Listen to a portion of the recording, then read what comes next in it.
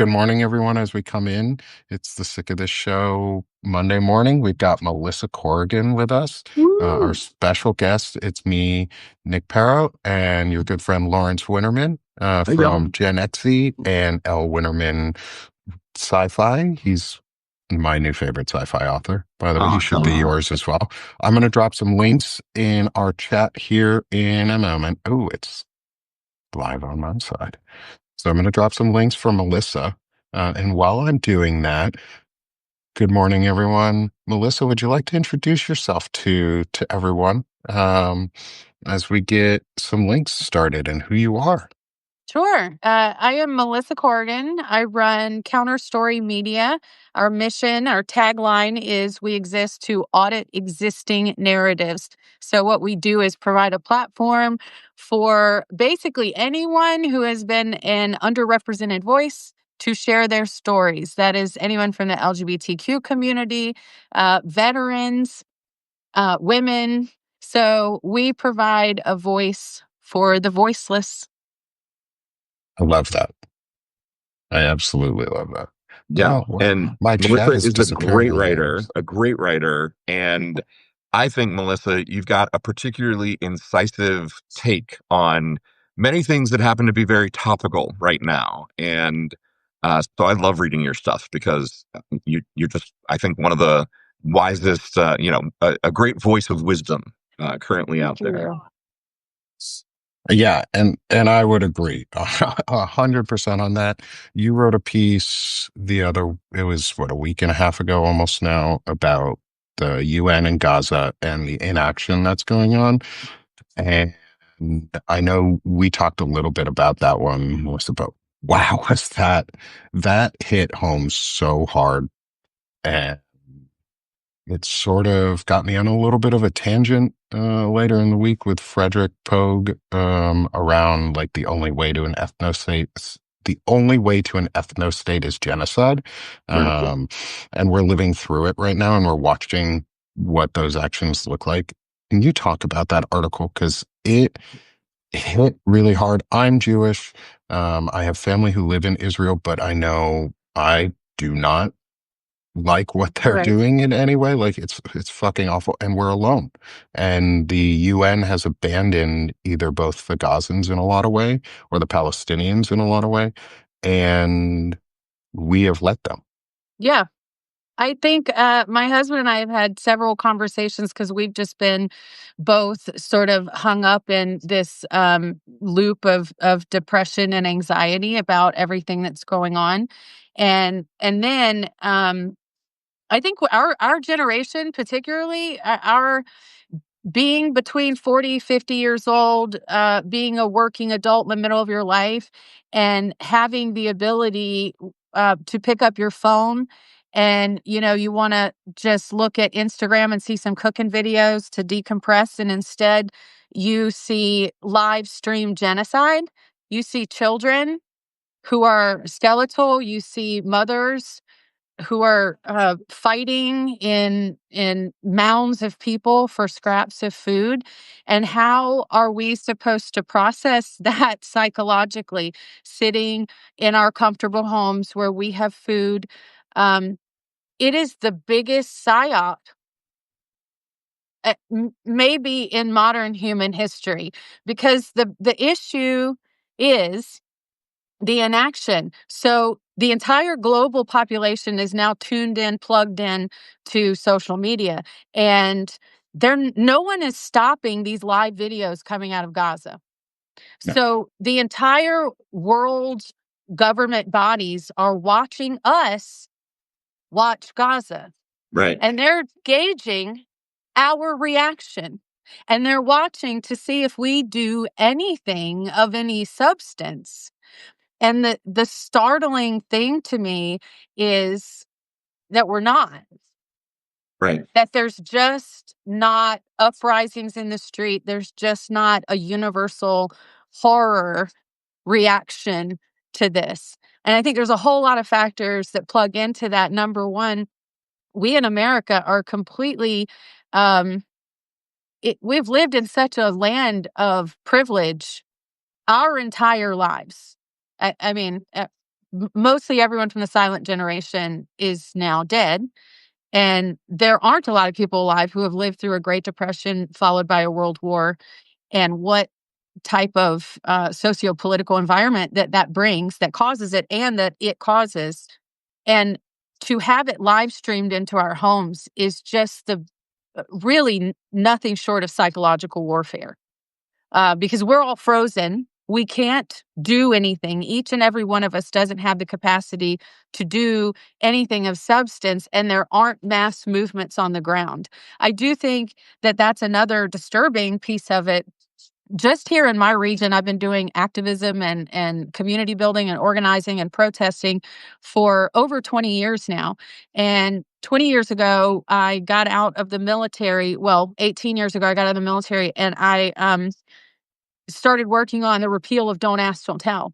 And because I was furious at what I saw in the ranks when good people who are absolute assets to our country, who are incredibly talented, devoted, loyal, patriotic human beings, were either summarily ousted when they were found to be gay, or worse, the situations where they were just quietly tormented and bullied uh, by people in position over them until they ended up leaving and scrapping their own career and going AWOL to the point where they got a dishonorable discharge.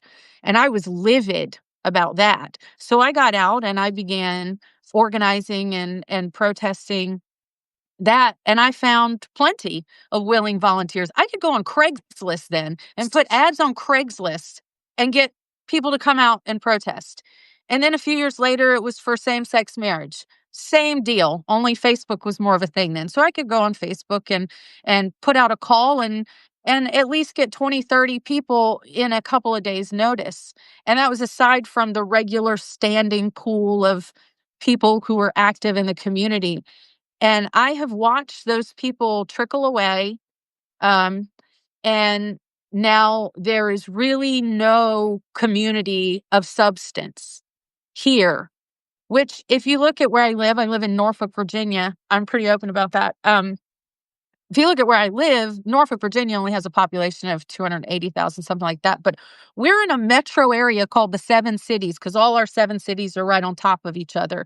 And that is a population of over 1 million people.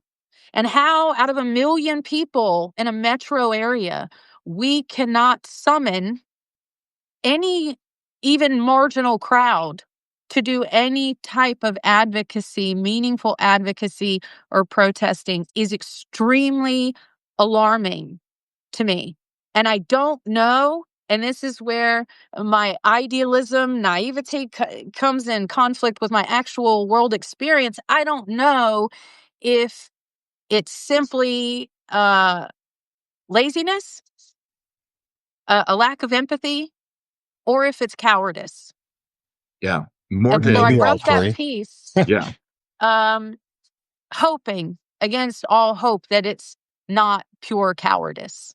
Yeah. So If Morgan, you and could, like oh, my sorry, kids sorry, watched Melissa, the go ahead. movie Ants, and in the Hmm. movie Ants, the one ant realizes, hey, there's a lot more of us than there are of the grasshoppers. So really, all we have to do is say no. Right. And it's very scary to me that it seems like most Americans don't get that or aren't courageous enough to stand up in that way. Yeah. Morgan in the chat says, because the majority of us are required to focus our energy on keeping body and soul together just to get by and keep a roof over our heads. And Right. I do think there's an element of that too, right? Like when you think Absolutely. about what we've lived through as a society over these last 10, 15 years between the elections and Trump 1 and Trump 2 and everything, yeah, I think a lot of people are beat down. Right. And it's all Right. on purpose too. Like It is on purpose. it's It's not by an Right. Cause design. his own. yeah, it's not an uncoordinated effort because like you said, you saw 20 years ago. Well, first, thank you for your service. Welcome to also unexpected vet talk. We love our vet talks too. I'm gonna ask, what branch were you in? The Navy. Navy. Okay. Yes. Awesome. Oh, yeah. You said you had Navy friends, but that doesn't always mean you're Yes. in the same. Right. So, well, thank you for your service. Thank you for serving. And also thank you for being a part of participating in the Don't Ask, Don't Tell repeal effort because I Yes. joined after. I'm an Army vet, and I joined in 2013 after all of that had been done. After people didn't have to fear as much unless you had legacy, like really shitty people, you didn't have to fear coming out as gay, Right. or lesbian, or you did have to fear coming out as trans, and you still do. Right. But I was also lucky enough to know one of the first women in the she was the first infantry woman who she was a trans woman. I forget her name. She testified before I think it's Trish. She testified before Congress a couple times, and an amazing woman. And I think I had a really lucky military experience because I was in after all those efforts were put in. But then you also saw the ramifications. Like you said, people get lazy over time. Like we're not fighting for the things, like we become normalized. And that's what we want. Like we want like mainstreaming the idea that LGBTQ people exist and Right. deserve acceptance and deserve you to just leave them the fuck alone is still a Right. process we're working on. Like we can see it, and I think I honestly think we're actually at the dying end of the hate around LGBTQ. I think we're getting to the part where like we have to re-engage again, and we can't be lazy. And I think the problem is that a lot of Americans have been beaten into this lazy ideal that we're ruggedly individual, and we Yes. keep hearing rugged individualism or individual, or your house is your castle and you defend yourself only, and it's all very, very close. Right. Yes. And everybody forgot that democracy was a community game and sport, and we just elected the shittiest players to play in the game.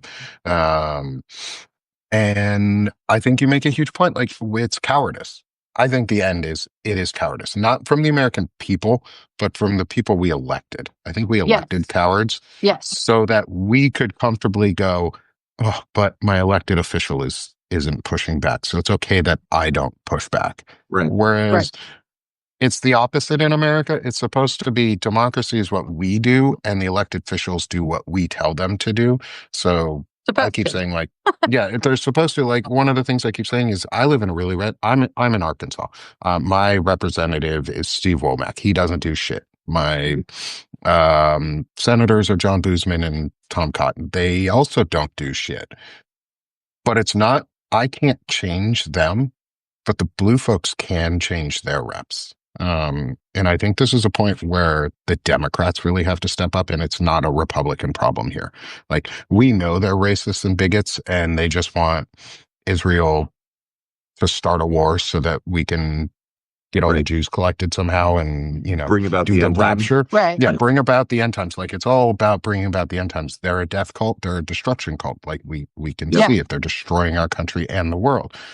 It's not on them to respond to this. It's on us. This is the moral obligation of being people who actually have empathy and care, is you have to show it, and you have to show it all the time for multiple groups. And people call us out for it. They're like, yeah, but why not about like those in Sudan or Iran or other places? I'm like, and I hear that and I'm like, I can't give more past what we're doing. Like we have to focus on the two most important things that we can touch, which are the US and Israel.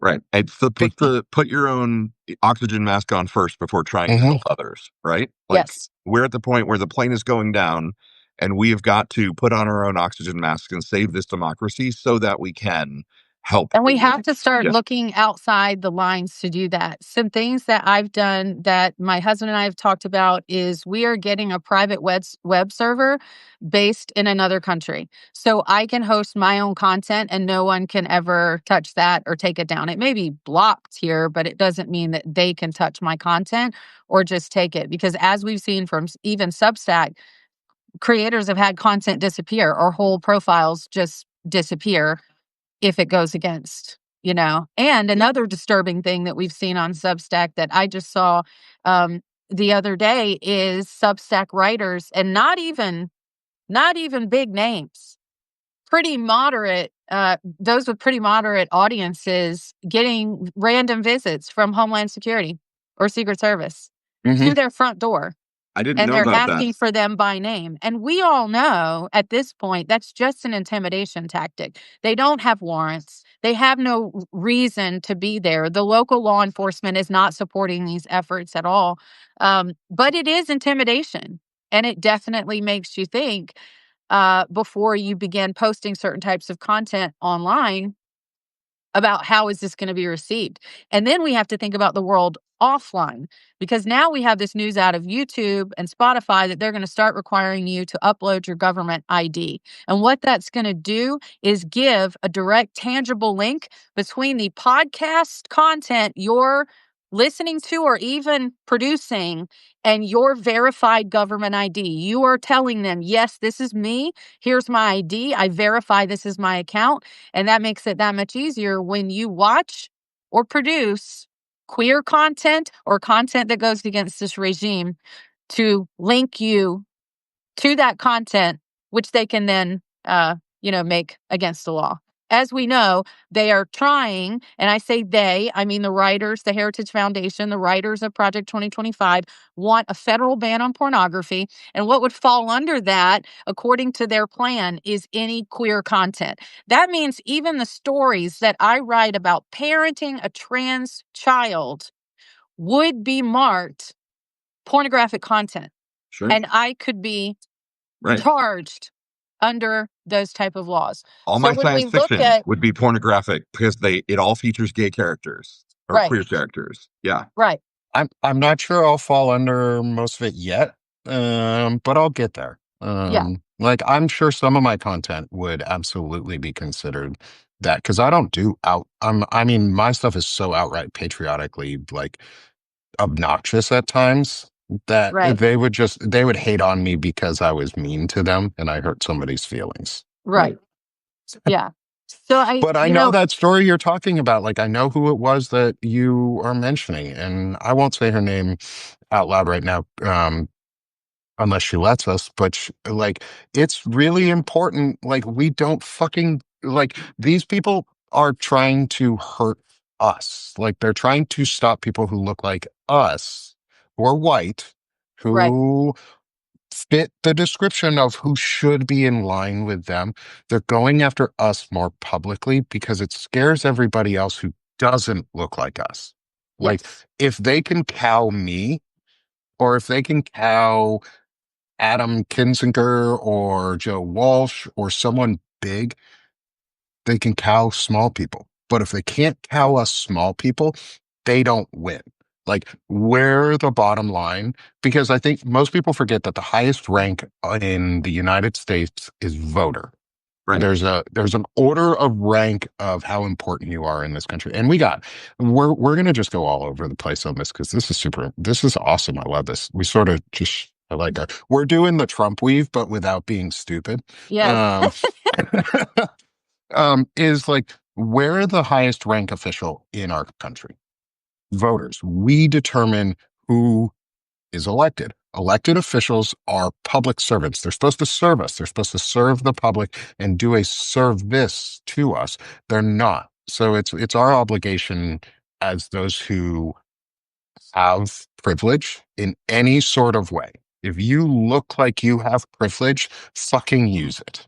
If yes, you're a veteran, if you're white, if you're semi-white, if you're white enough, if you're straight passing, use it. Use all of the privilege that you have in this moment because other people don't. Like, exactly, if I don't use my privilege, how about the Mexican families that live down the street from me or nearby? What are they going to think? Are they on their own? Like, right, Right. there's a whole, like, you have to put, it's going to be uncomfortable. It's going to be scary. You Some people may get arrested. People may get hurt. I'm not going to say this is going to be easy. I cannot lie and say that this is going to be peaceful in the long run. We don't know. I don't know. I'm not going to predict the future, but what I can say is we're peaceful, we're patriotic, and if we do it the right ways, and if we show that we're here for our communities and our friends and those around us, that's how we build that bubble that then goes out and protests.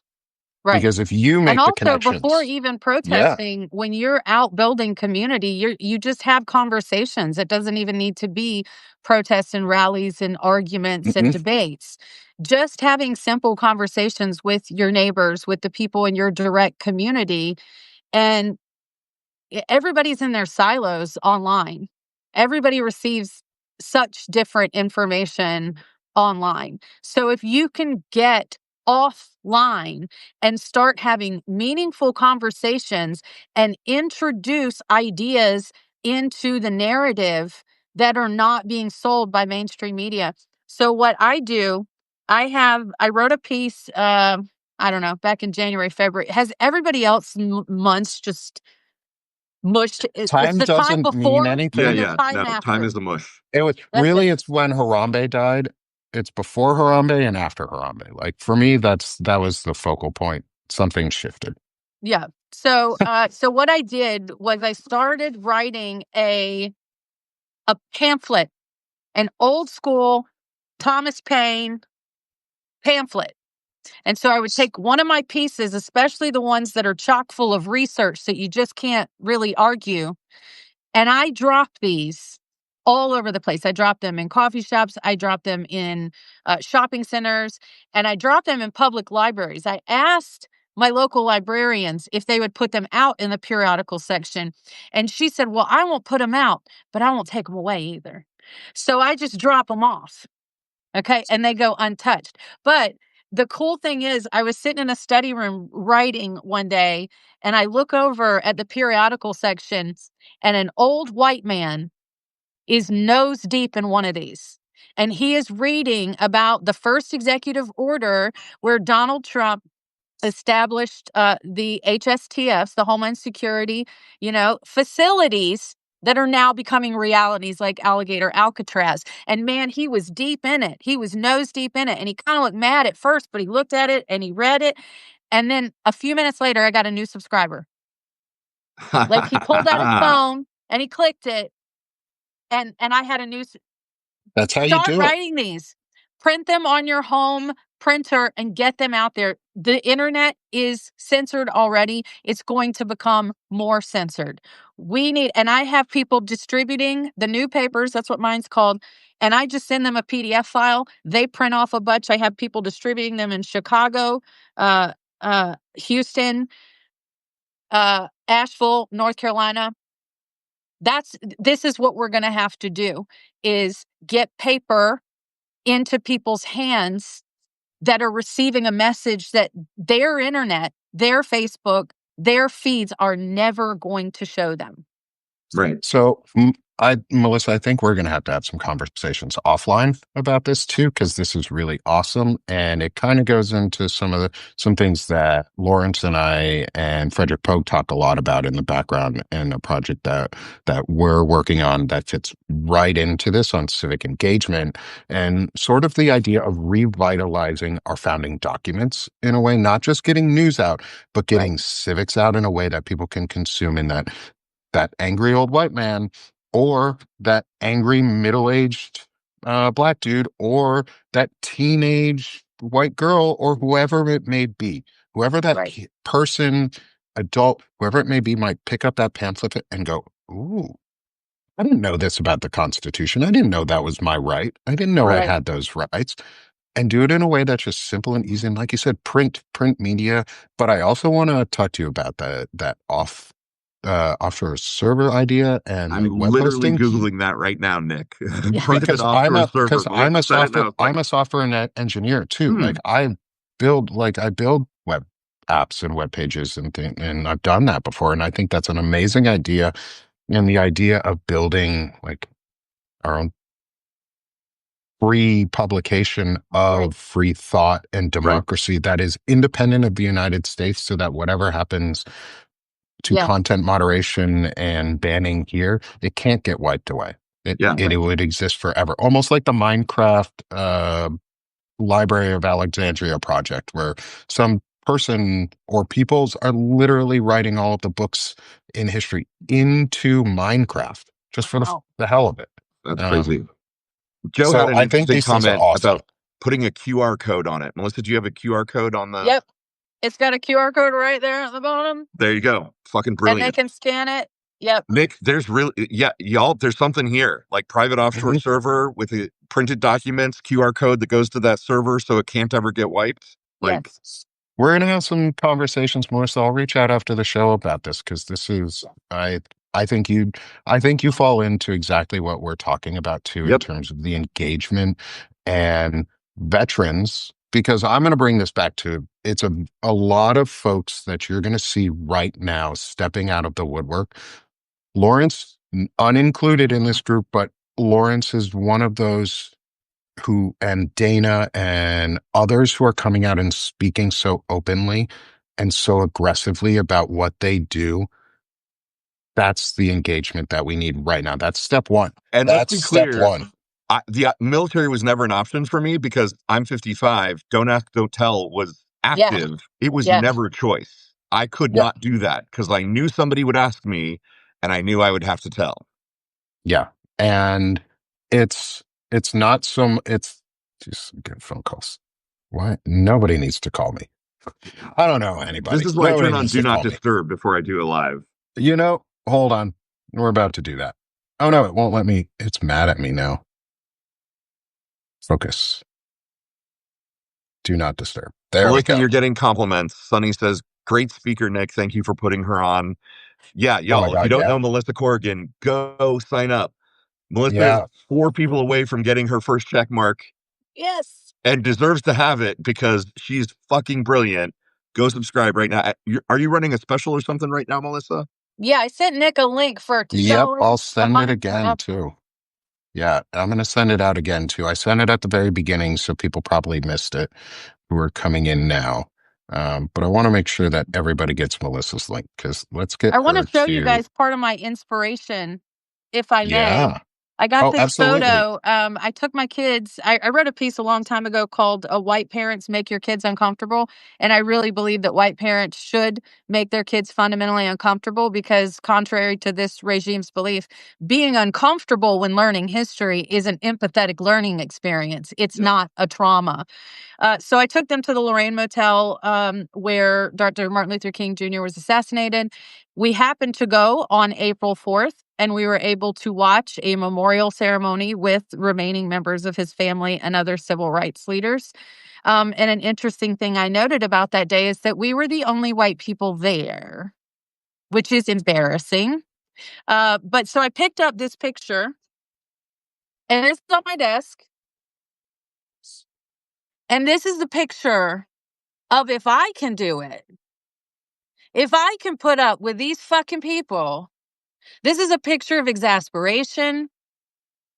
So I look at that picture every day and I think if he could put himself in the danger that he did, if he can endanger his entire family the way that he did, that I can step out in courage today. I can do one more day. Yeah. And we have to look for people who inspire us. That's a huge piece. Is look in history on those who inspire you and who did these acts. Like MLK did these acts. He put himself out there. He made himself a target. Henry Milk? Harvey Milk. Harvey Milk. Sorry. Harvey Milk during the riots in San Francisco, when being gay was still really, really, really, really dangerous, and still, I mean, it still is, but way, way, way more so than it was. He put himself out there. And now his name is getting erased off of a Navy carrier, I think, which is a fucking shame because Pete Heggs is a piece of shit and a disgrace to the military. But what going back a little bit too is like, we're going to find, one of the big things we're going to find coming out of the woodworks right now are a lot of veterans. Veterans tend to be the first ones who will start coming out. I gave Lawrence a lot of props because he's not a veteran. Whether he wanted to be or not, he couldn't be. And that's a problem. Like, it's a Yeah. volunteer service and you should be able to volunteer. But a lot of veterans are coming out and going, this isn't who we are. This is not what we signed up for. This is not the oath that we took when we said support and defend the Constitution. And it's not the oath that so many swore to uphold or that our families' legacies have upheld. And a lot of these veterans, you're going to find out, are multi-generation families of members who served and volunteered from either all the way back to the Revolutionary War, to the Civil War, or just to World War II, or even Desert Storm and Vietnam. There's a legacy of service that calls people to come out. Now is that call to action. Like, if you're a veteran sitting on the sidelines, the least you can do is come out and be a troll on the internet and go get a Twitter account and just hate on fucking assholes on Twitter. Like, Right. that's the easiest thing you can do. The next step is then maybe doing what we do, talk on a podcast, build a community, even if it's not your local community right now. But we're building a community and we get a lot of comments. And it's a comment that I see is, thank you for stepping into this space, because we need to. People need to step into this space because it's not Melissa's job to fix white men or fix shitty masculine behaviors. It's my job. It's Lawrence's job. We're the men in the group. We should be the ones pushing back on that shit. Just like veterans, we signed up for service already. It's why you see a lot of teachers who do the same. That's a civil service too. And I think maybe we should redefine civil service in this country to be a much broader definition to include who all of those who actually serve. Because they're the ones who come out of the woodwork and do all the shit anyways. Librarians, they're probably your biggest anti-fascist people out there. They Like, are. there's a reason, Melissa, you can drop off those pamphlets and do that. It's why Yep. Chris Goldsmith, who we had on last week, who's our resident Nazi hunter and fellow Army veteran, that's why one of his big things that he pushes with one of his groups, one of the groups that he runs, is you set up an anti-fascist book club. All you have to do is go to the library and say, hey, can we start an anti-fascist book club? These are the books that we want to read. Do you have them in stock? We'll just every week, once a week. And he gives you 6 lessons on how to start a book club. It's all about anti-fascism. And that's all it really takes, because you're going to find their space and you just bring a friend, and they may bring a friend or two, and they're going to talk about it at work. They're going to talk about it with their friends and colleagues, and it's going to spread. These things spread like wildfire. That's why MAGA spread so fast, because it was all anti-women hate that men latched onto, because all men suck is really good marketing for Yep. right-wing propagandists to go, oh, look, see, all women hate you. So incel culture, you guys are right. And it's on us to push back against that. So I have a question for you, Melissa, on this, because you're a parent too. How are you coping? And this is actually going to be my topic of conversation next week with Dana Dubois and Soso. On Monday morning, is we're going to be doing parenting in the rise of fascism, Yeah. and what you can do. But as a fellow parent, what are you doing to help yourself and your kids a little during this time? I think it definitely helps that I have raised my kids a little differently than a lot of people the entire time. So I raised them largely alone. I was a single mother for many years, and I made a point. I homeschooled them for several years. And so I gave them a robust and thorough civics education. They have visited Selma. They have visited the Lorraine Motel. They have visited the African American Museum, the new Smithsonian Museum. We were there the week after it opened. Um, I make sure that my children got a robust, real look at what America is and what America is not, and what America has the potential to be. And when we talk about what we have the potential to be, that's when I talk about their role as 3 white boys. Now, one of them is trans, but as 3 white young men what their role is in the future of America and what that looks like, taking into account the civics education that we have taken in. And I was doing this in South Carolina. So they were also getting a very robust example from other aspects of their family. I'm just going to be really frank of what it meant to be racist and exclusionary and ruggedly individualistic. Hmm. So they had all that input growing up, and now they are entering their young adult years. And I'm very happy that they have seen for themselves what a life of closed-minded bigotry sort of gets you in terms of mental health and physical health and just your quality of life, and what it means to live in harmony with your community and figuring out how you can be a positive force to uplift, educate, and grow your community organically. And because of that, my oldest two sons are in a local hardcore band that is very political. And they've gone around and played. They play as far away as 3-4 hours. They just booked a show in Baltimore. So they're starting a discourse among young people.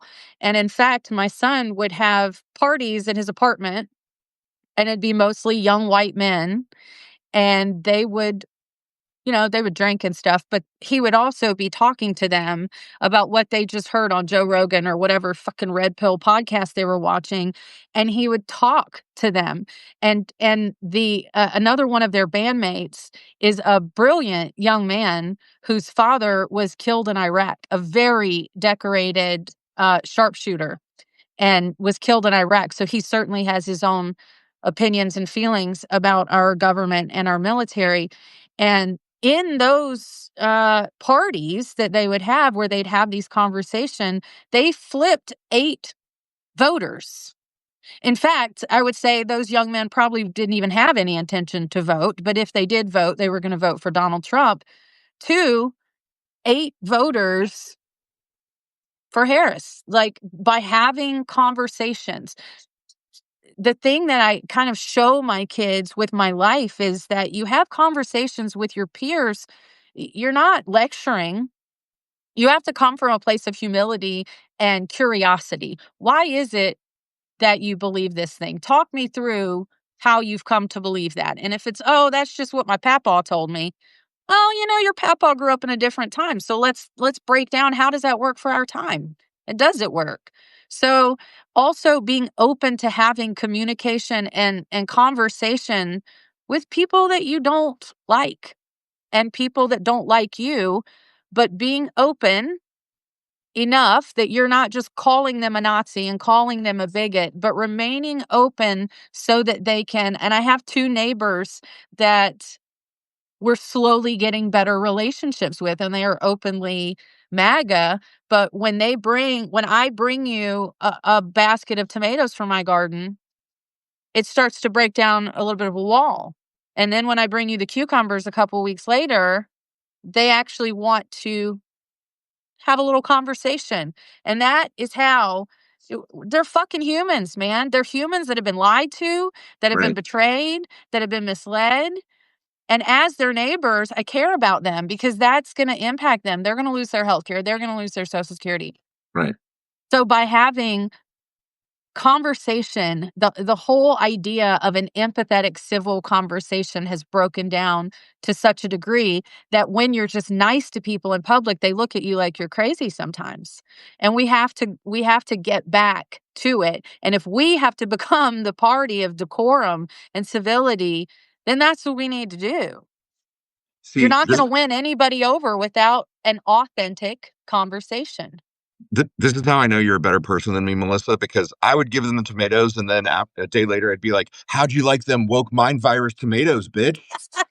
They were organic. Ooh. Right. Ooh, no Right. pesticide free I Maha raised here. those on moon cycles, okay? Like, Right, right. It's super hard. It's super hard, but always I guess like not necessarily being the better person because again, that places the assumption that they're bad people. But Yeah. being willing to be the one, to be open, to be civil, I have found tears down more walls and opens more ears, and my son, when he was having these parties at his house, which I told him, if you were having this in Victorian times, this would be called a salon, where you're Right. having other young gentlemen to your house to discuss politics and social issues. You hosted a salon. That's what you did. Just you guys drank like natty ice or something. I don't know. But the thing, Not yeah. natty eyes. Not natty eyes. But the That's thing is, only good for beer pong. Right. he didn't uh beat them up.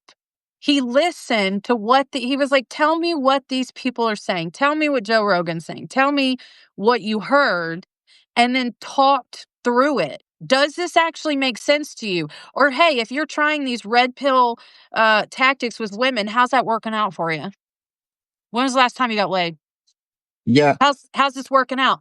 Honestly. So you're treating women like shit and you haven't been laid in 2 years. Do you not see a correlation between maybe some of the mentality you're developing around women and the relationships you're having or not having with women? And But it kind of is a crude place to approach it from, but he would say, I'm at my shows screaming political messages, and there are plenty of girls in my DMs.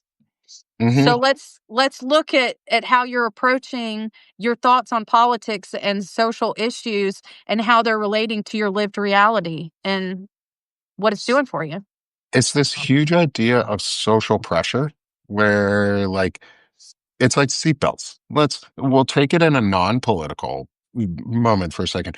Why, like, people forget that the only reason that seatbelts became popular is because kids shamed their parents and grandparents into wearing them because they heard the ads of, oh, you're going to die if you don't wear a seatbelt. And they're like, Grandma, Grandpa, I'm wearing my seatbelt. Why aren't you? And you know what? Shaming each other in social settings, in group settings, where it's not shame to ostracize you out of the group, but it's shame to make you change behaviors. Like we do it all the time in our friends groups. Like we shame each other or we guilt each other into doing things. Guilt is internal, shame is external. And that's what I've come to find. I've gone through like 2.5 years of mindfulness therapy or a year and a half of mindfulness. Sorry, year and a half of mindfulness there. Time means nothing. Um, but it's all about like opening a door and we get called weak for doing it. You're going to get called weak online for doing it. People are going to be like, oh, this is the reason that Democrats always lose is you're so soft. You're not. And I said it was about the don't attack personhood traits of like, don't out gay Republicans. Um, Yeah. and somebody was like, this is the reason why Dems lose. And I literally listed off like a two and a half I could have gone for 2.5 paragraphs on how Tom Cotton was just a piece of shit carpetbagger. And I would have never had to say anything about his sexuality or his personhood, but his personality kind of sucks in a Right. lot of ways. So His like, Yeah. politics definitely suck. yeah. And so, like, we can shame each other with personality in friends groups, and you make your friends groups, you build them. And what your son is doing in his band, that's freaking incredible. Like, one, music has the power to change the world. Like, I'm a prior musician. I studied for music anyways. I never made it in the field. I didn't get into what I wanted to for college, and I didn't have the money for it. Um, but I know that music changed the world. Like, I know the power of it. Like, you look at wars and you look at the tides of youth when wars happen or that get armies moving forward or that rally the troops.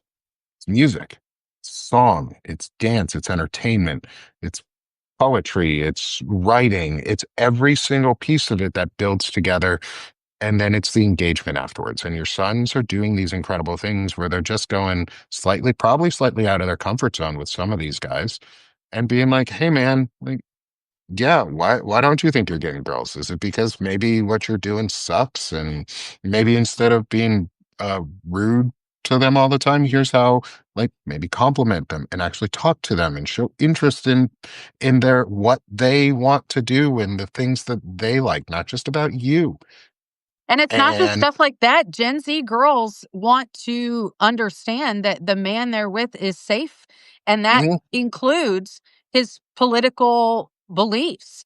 because they want to feel safe that if he were to get her pregnant, that she would have a choice to make, that he wouldn't prohibit that choice. So it's even more so than typical dating stuff. We're definitely in such a place in America where, potential dating partners will absolutely factor in political beliefs and leanings. And I'm so far out of the dating pool, like I don't even have to worry about it. Like I'm happily married for just over a decade now. Like I love what I have. So I don't have to worry about it. Like I don't Yeah, have to worry about these things.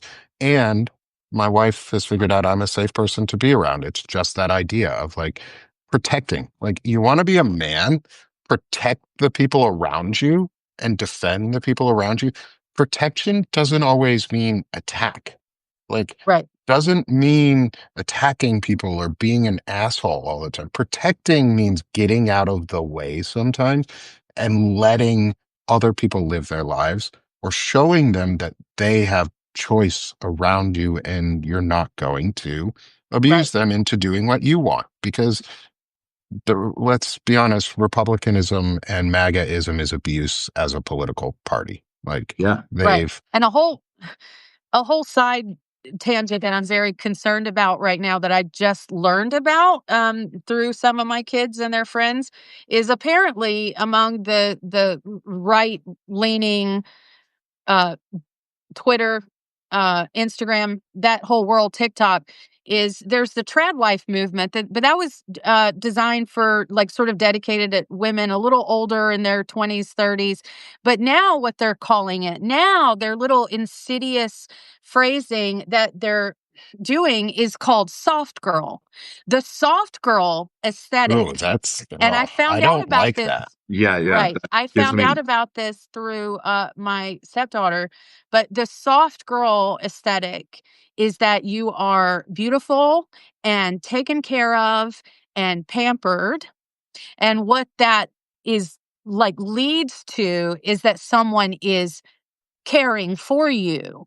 So you have this big, strong man that goes to work for you and he pays the bills, and you can just be soft. You can just have a soft life. So you can get your nails done and you can go to the gym and you can go tan and you can get your balayage hair and you can do all of those things to be beautiful and soft. And I'm like, girls, y'all are walking such a fucking thin line. Because the first time you have a late period, shit ain't soft anymore. It's not No. going to be a soft life when you have to stay home and raise those kids and he doesn't believe that you should work. So you will have no social security. You will have no higher income or higher education. You will have no income. You will have no credit score. You will have no property. you will be dependent for the rest of your life. You will be dependent on that man for the rest of your life, or at Mhm. least the following 18 years from that pregnancy. All And right. so I find it incredibly insidious and deceitful that this is very clearly a targeted sort of campaign to grab those 16 to 19, 20-year-old girls and give them the illusion that they can have a soft life and be a soft girl and be cared for. I'm gonna call it what it is. That's grooming. It Like is It's grooming. this is absolutely all of grooming. this is just grooming. Like Yeah. Yes. Total it's fucking psyop. pedophilia masked as like because this is going to encourage that behavior. Frederick and I were talking about this the other day, and Lawrence, I don't know if you were with us on this one. We were talking about the idea of like the high school girl who's or the just out of high school or like nearby the high school older guy that always dates the high school girls who's Yeah. like in his mid 20s. That's pedophilia. Right. Like Yeah. that's it's disgusting and he's a predator. And this is the behavior that they're trying to Yeah. promote. Like they're making this so that men think this is okay and that girls think it's okay. Not just the men. They're giving permission to men, but they're also giving permission to girls to not fight back in a way or Yeah. accept it Yeah. as the And they're selling reality. them an absolute lie. I mean, it's Right. Mhm. just an It's absolute lie. disgusting. there's been an interesting sort of shift in the tradwife movement, so it heavily overlaps with the urban homestead movement. I'm what I would consider an urban homesteader. I've got a massive garden, chickens, the whole nine, but yet I live in the city, and so that's hard work. There's nothing soft about growing your own food and having chickens and caring for animals like that. It's not a soft life. So the trad wife movement has begun to sort of acknowledge that there's hard work there. And of course it's godly work. It's the idle hands are the devil's playground and such. So they can sort of weave the Christian nationalist bullshit in there. But a lot of women got hooked by the trad wife movement on TikTok and thinking you could just wear pretty dresses and make all your food from scratch. And now they're in this reality that's a lot harder, and there isn't an easy way to escape from it. Once you stay home, the effort and the financial complications to go back to work are huge. Childcare is outrageous in this country. So that factors in as well to Yep. keeping women at home. Because if I were to go back to work right now at any job that I'm qualified to do in an office, I would just be paying for my daughter's school. That's it. Yeah. So that's not beneficial to our family at all. And like I'll say this, like my wife and I had for a very long time what the trad folks would have wanted as a marriage. Like I was the sole benefit provider for not sole. We both were just like we have income source that we're able to, but I was the sole provider outside of that, like outside of any other secondary income. Like but the whole point, like during all of that time, wasn't, oh, I want my wife to be home. I want to keep her at home. Every single time my wife has come up with, like, oh, I want to go back to school, or I want to learn something, or I want to try something, it's always, fuck yeah, go do that. Because if you do that selfishly, maybe I don't have to work so hard. So, men, maybe if you want a break and you like want to enjoy life and fucking relax a little bit and chill out and not be so high strung and such a dick, maybe you should let your wife work. Not even maybe you should encourage your wife to work because you care about her and you care about her success, but also maybe because you care about your own damn mental health and Yes. you want a break too. And Yeah. that's part of being in a partnership. Like a marriage is a Right. partnership. And that's the way that I've always viewed it is we're Yeah. partners. Like I want And my so wife this to be is just as much successful. selling a lie to young men as well. Hmm. That Right. you can go off and be the breadwinner and have control of your family and be the godly head of your house, but no one tells you, particularly when your party is trying to dismantle Social Security, you're going to work till you're dead. You're Right. going to Yep. work Right. until you drop dead to support the family that this party convinced you to make.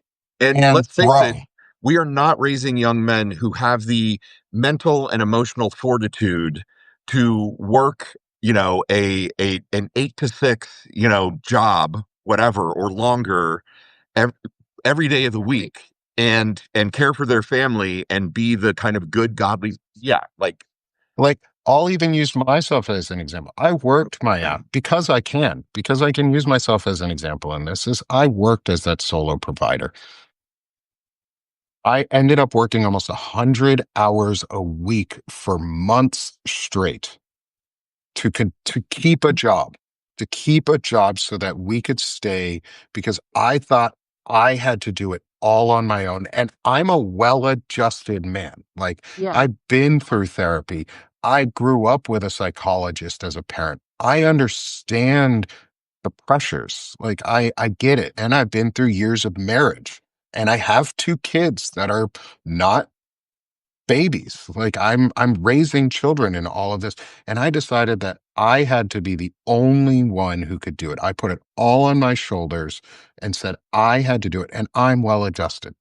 Imagine all these not well adjusted men because their parents aren't teaching any of them this.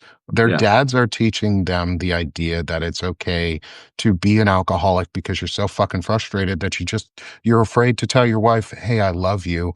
I need help. Yeah. And that's really what it comes down to. You got to be willing to say, I need help. And Yep. it's okay to say you need help.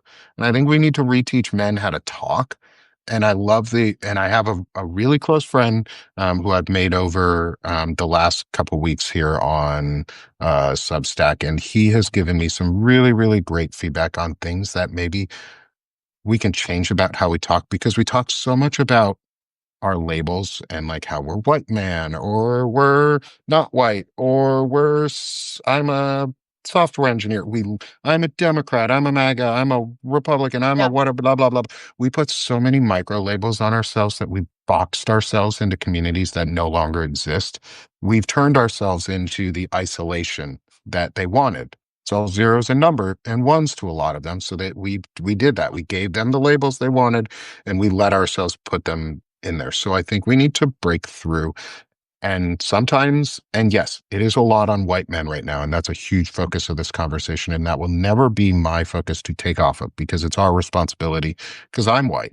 I can't talk about black men.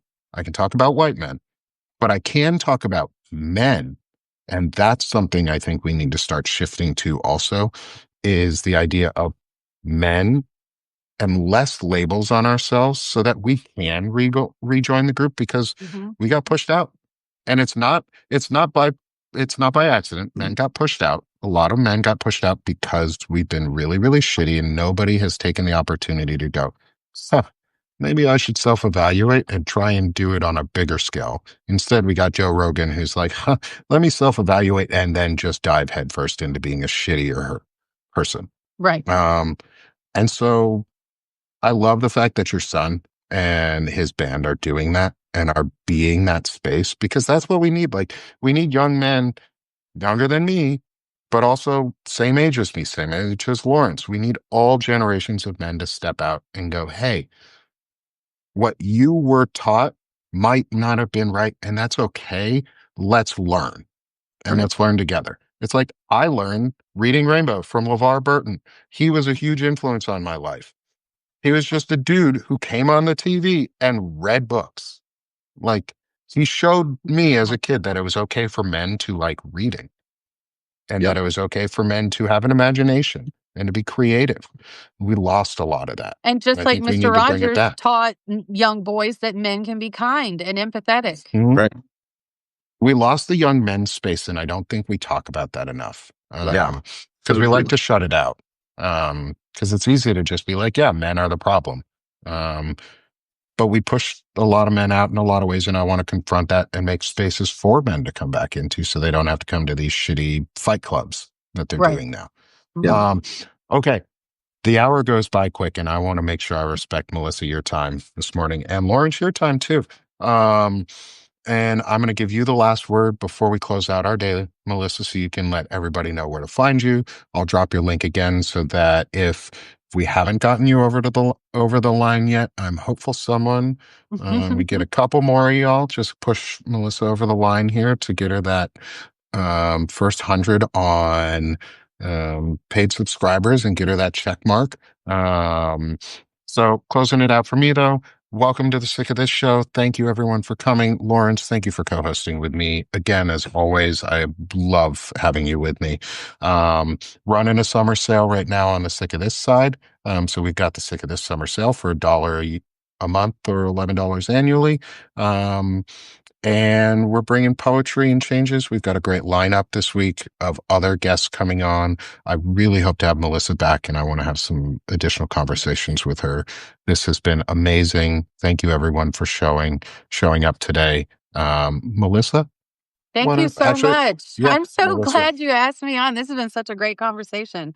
I will say that as much as I am looking for more subscribers, I am so much looking for more writers and more contributors to Counterstory Media. I love veterans. It is very difficult to get veterans to write their stories. And when they do, they're some of the most powerful things that you'll ever read.